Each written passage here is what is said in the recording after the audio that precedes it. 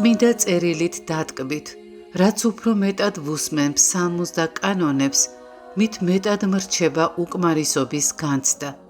ეზოდენ ჭეშმარიტი და მიმზიდველია ეს ყოველივე, რომ მათით კმაყოფა შეუძლებელია. წმინდა საკითხავების სწორად იკითხეთ, სიტყვას სიტყვით წარმოთქვით სიტყვები და ყური მიუგდეთ მათ. ეს დიდად შეგეწევათ. სადაც ღრმა აზრი ნახოთ, თქვენი შეხედულებით ხელახლა გადაიკითხეთ, უკეთ რომ ჩაწვდეთ მას.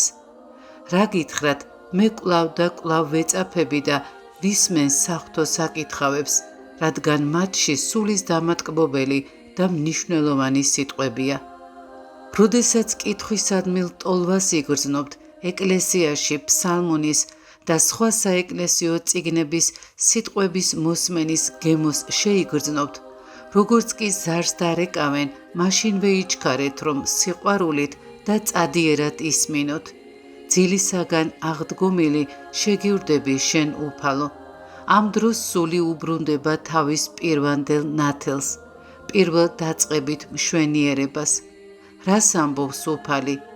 ვის ზედა მოვიხილო, არამედ ანუმ დაბალსა ზედა და მყუდროსა და მძლწოლვარესა სიტყვათაგან ჩემთა. ვისაც უფლის სიტყვები უყვარს, ქრისტე მას აძლევს მადლს და მისთვის ყველაფერი იოლი ხდება. ტროპარების სმენით ჩვენი სული ხარობს, სმენა ტკბება და ჩვენ შინაგანში რაღაც ხდება.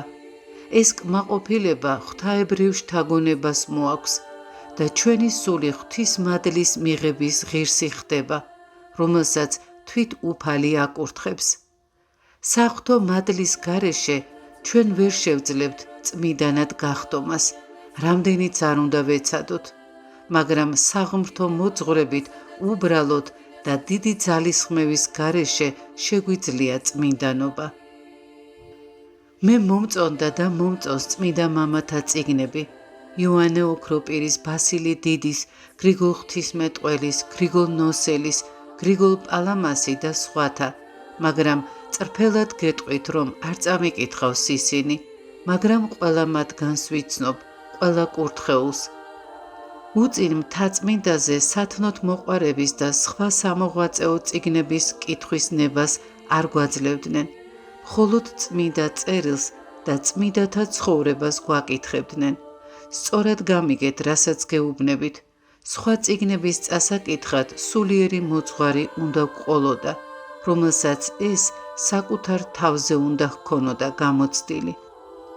სხვაგვარად შესაძლოა დაბნეულიყავით, რადგან ამ წიგნების კითხვას მორჩილება უნდა ახლდეს. მორჩილების გარეშე დაზიანდები, რადგან ამ წიგნებში ძალიან ამაღლებულის საღმრთო გაბრწყინების შესახებ წერია, რომელიც შესაძლოა რომ ბოროტმა სულმა გამოიყენოს, როდესაც უხუცესისადმი მორჩილება არ გაქვს. მაგრამ მორჩილება წმინდა უნდა იყოს და არა ეგოისტური. იგი არა მარტო უხუცესის სიამოვნებისთვის უნდა აღასრულოთ, არამედ უბრალო და უანგარო უნდა იყოს. ამიტომ ძალიან მინდა რომ ძველი და ახალი აღთქმის, ფსალმუნების და კანონების შესწავლას მიეცეთ ისეთივე წადიერებით, როგორითაც ტროპარებსა და კანონებს კითხულობთ. ეკლესიის მამათა მოძღვრებებიც იკითხეთ, მაგრამ უწინარეს იკითხეთ წმინდა წერილი, იკითხეთ სახარება და ძველი აღთქმა. ეს არის სიმდიდრე, რომელსაც ყველა წმინდა მამა ეფუძნებოდა. წმინდა წერილი არის წყარო და საფუძველი, მისით კმაყოფა შეუძლებელია. უეჭველია რომ თქვენ იგრძნობთ ფსალმუნდგალობელის სიტყვებს, რაბა მათ ტკბილ არიან სასასა ჩემსა სიტყვანი შენი, უფრო ის თაფლისა პირსა ჩემსა. ის თვითონ კი არ საუბრობს თაფლივით, არამედ უფრო ის თაფლისა პირსა ჩემსაო, რათა იშვიათად დიდებული სიტკბოება აჩვენოს, რომლებიც ღვთის სიტყვებს გააჩნიათ. განეწყენებული ვიყავი და უხუცესმა შემაგონა. ხომ გითხარი, როცა უფალს დაუფარავად გაუხსნი გულს, მაშინ შემოვა იგი შენში და ცოდვის ჩაძენისათვის უძლურ ყოფს. გესმის? ბოროტების ჩადენა აღარ შეგეძლება.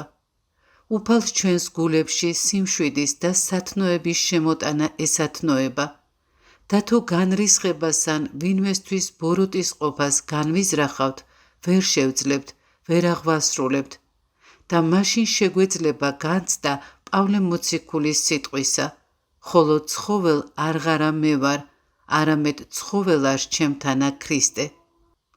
მოციქული პავლე სიხარულით იყო გაოგნებული და ამისთვის ასე ღაღადებდა და განა ქრისტე შეიცვალა. არა, არამედ როგორიც მაშინ იყო მაცხოვარი, ახლაც ისეთივეა.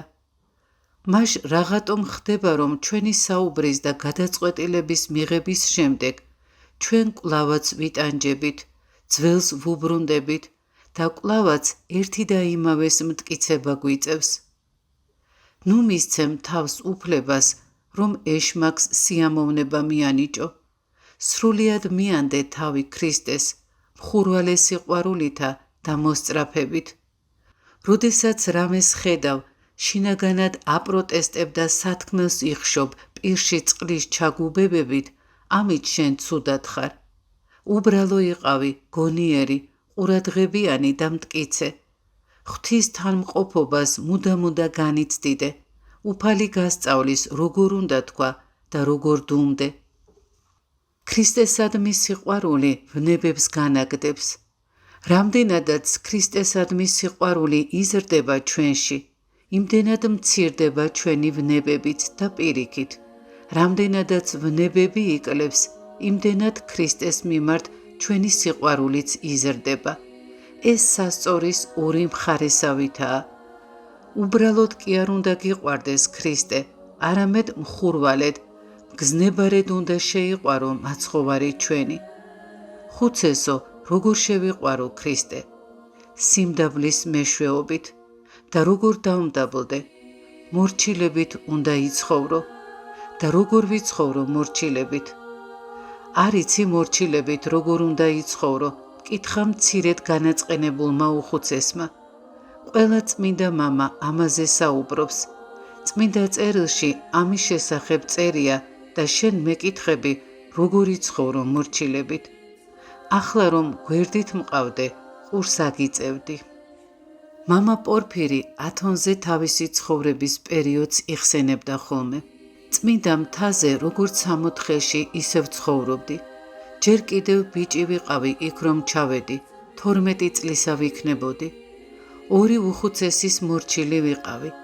სადილამდე ორ ცარიელ ტომარას მაძლევდნენ და ჩვენი პატარა ბოსტნებისთვის მიწის მოსატანად მგზავნიდნენ. ხტუნვა-ხტუნვით მივრბოდი, ქვიდან ქვაზე ვხტებოდი და თმა აბურძგნილი ხმამაღლა გავყვიროდი უდაბნოში. უბიწოო, უცვალებელო, უხრწნელო ყოვლადწმინდაო, შუაღამიანის ლოცვას ვამბობდი ჟამნიდან და ვიმეორებდი აგრეთვე უფალო იესო ქრისტე, შემიწყალე მე და სხვა მრავალ ტროპარს წარმოვთქვამდი, რომლებსაც თქვენის კანონიდან ვიზეპირებდი. მაშინ რომ ვინმეს დავენახე, ალბათ იტყოდა, ყველაფერი გასაგებია, ეს ბერი ჭკუიდან შეიშალაო. და მართლაც ღვთიური სიყვარული ეს არის საოცრება, რომელიც ადამიანს მოიცავს და მის სულსა და სხეულს ცვლის. მეთანხმები? რა თქმა უნდა უხუცესო, რადგან თქვენ ამბობთ გეთანხმებით. რასაც მე გეუბნები, ის საკუთარ თავზე განვიცადე. ქრისტეს სიყვარულით სული შემეცვალა, ჩემი გარეგნობა, ჩემი სახეც სხვანაირი გახდა. ერთხელ როცა საღვთო მოშურნეობით მოცული მორჩილების აღსასრულებლად გავრბოდი, უნებურად მინაში თვალი მოვკარი საკუთარ გამოსახულებას. გავოგნდი ქრისტეში ცხოვრებამ, რომლითაც მთაწმინდაზე ვცხოვრობდი, გარეგნული სილამაზითაც კი როგორ შემამკო. ამისთვის იტყვის წმინდა წერილიც. გული კაცისა შესცვლის პირსა მისსა, გინა კეთილსა ზედა, გინა ბოროტსა ზედა. კვალი გულისა კეთილსა შინა პირსა მხიარულისასა. და შენც შვილო ჩემო, შეიყვარე ქრისტე. მაშინ იგრძნობ, რომ შენი შინაგანი შეიცვალა. უფალს მიეცი შენი გული და სხვა ყოველივეს შენს ნაცვლად იგი აღასრულებს.